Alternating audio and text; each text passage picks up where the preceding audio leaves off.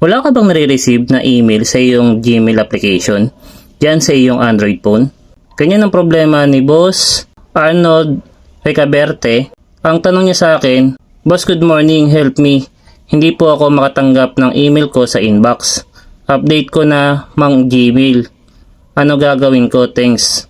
Ang problema niya po ay hindi siya makatanggap ng email sa kanyang Android phone or sa kanyang Gmail application.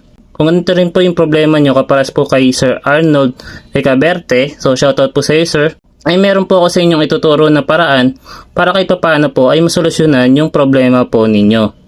Ang kailangan nyo lang po munang gawin, ang una ay dapat po ay i-check nyo po kung full storage na po ba yung Gmail account na ginagamit po ninyo. Ngayon kung hindi nyo pa po alam kung paano po i-check kung full storage na yung inyong Gmail account or yung inyong Google account, ang kailangan nyo lang pong gawin ay hanapin nyo lang po yung Google Drive sa inyong Android phone.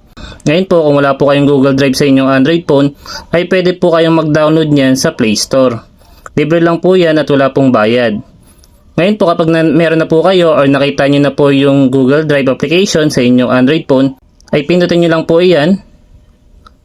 At pagkatapos pindutin nyo naman po yung tatlong guhit sa gilid. Ayan po yung menu.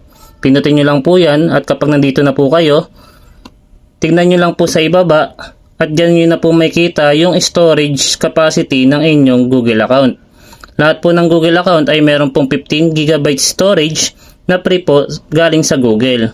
Ngayon po kapag puno na po yung storage ng inyong Google account, pwede po kayong magbura o kaya kung ayaw nyo po mag-delete ng mga importanteng files po sa inyong Google account, ay pwede naman po kayong bumili ng additional storage sa Google. Ngayon naman mga boss, kung hindi naman yan full storage tapos hindi ka pa rin nakaka-receive ng email sa iyong Gmail account, ang sunod mo na pong gagawin ay check po kung updated ba yung Gmail application sa iyong Android phone. Dahil kapag hindi po kasi yan updated, minsan po ay nade-delay po yung pag-receive ng mga email po natin or minsan po hindi po talaga natin natatanggap. Ngayon kung hindi nyo pa po alam kung paano po i-check kung updated ba yung inyong Gmail application sa inyong Android phone, ay kailangan nyo lang pong pumunta sa Play Store ng inyong Android phone. Pagkatapos, kapag nandito na po kayo, pinutin nyo lang po itong search bar at pagkatapos, type nyo lang po dyan yung Gmail. Pinutin nyo lang po yun. Pagkatapos, kapag nakita nyo na, pinutin nyo lang po yung Gmail app. At kung meron pong update na available po yung inyong Gmail application, ay makita nyo po yan dito sa gilid. Ngayon naman mga boss, kung updated naman yung inyong Gmail application pero wala pa rin kayo nare-receive na email, ang sunod nyo naman pong gagawin dyan ay i-open nyo naman po yung inyong Gmail app.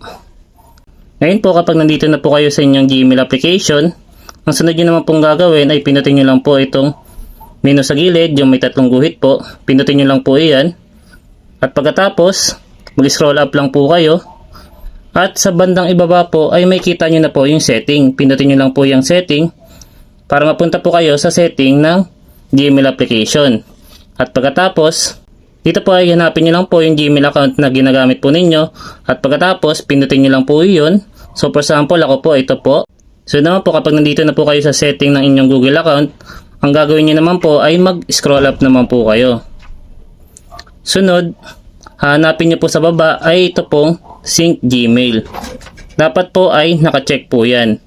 Para po makasiguro po kayo na nakalink po mismo or nakakonect po mismo yung Google account po ninyo sa inyong Google application or sa inyong Gmail application. So sana po ay makatulong po sa inyo ang video na ginawa ko.